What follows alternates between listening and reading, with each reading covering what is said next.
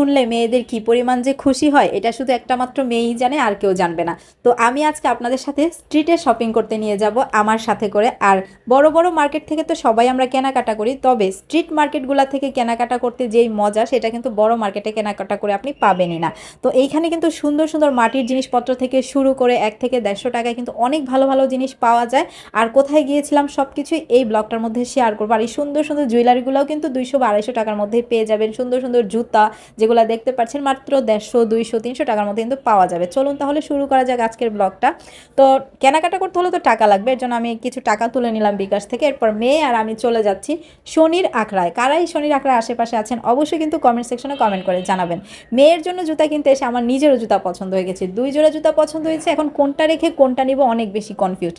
তারপর আমি 2 জোড়াই নিয়ে নিলাম, মাত্র 300 টাকা করে 2 জোড়া জুতার দাম নিয়েছিল 600 টাকা।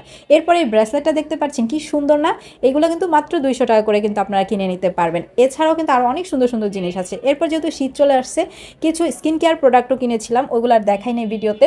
আর এই যে দোকানটাতে আসলে আমি এখানে কিছু না কিছু তো নিবই, ঘর সাজানোর জিনিস যেন কেন আমার সবসময় ভালো লাগে। এরপর মেয়ের জন্য নিব ঘড়ি, মেয়ে আমার ঘড়ির পাগল, তার জন্য একটা ঘড়ি নিলাম। আর ছেলের জন্য শার্ট নিতে আসলাম, এটা কিন্তু স্ট্রিট থেকে না, এটা মার্কেটের ভেতর থেকে নিয়েছি শার্ট, তবে ঘড়িটাও মার্কেটের ভেতর থেকে নিয়েছি। এগুলো কেনার পরে চলে গিয়েছিলাম ফুচকা আর চটপুটি বলেন বা ভেলপুরি বলেন, এগুলো না খেলে তো হবেই না।